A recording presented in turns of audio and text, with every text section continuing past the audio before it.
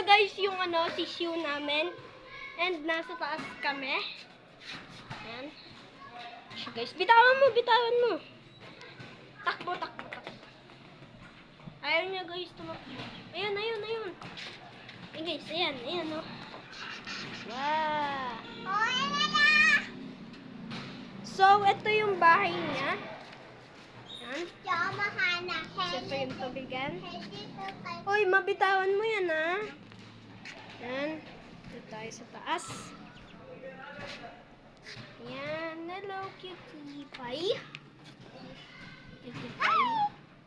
Oh! Wow, guys. Tinan mo, nagsasay siya ng highs. So, pwede siya hawakan sa ulo. Diba? So, medyo tuyo na siya. Tignan natin kung tuyo na yung back niya. Tuyo na siya, guys. So, dahil tuyo na siya, grabe, ang lamig. So, aanoin natin siya. Lalagyan natin siya ng, syempre, ng tissue para kasi natin siya. So, tara, let's go. Kids, medyo maulan na. Yan, sobrang maulan na. And merong umano na sisiw.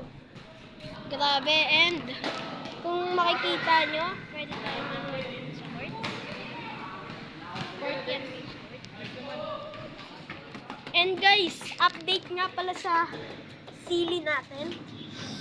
Ayan.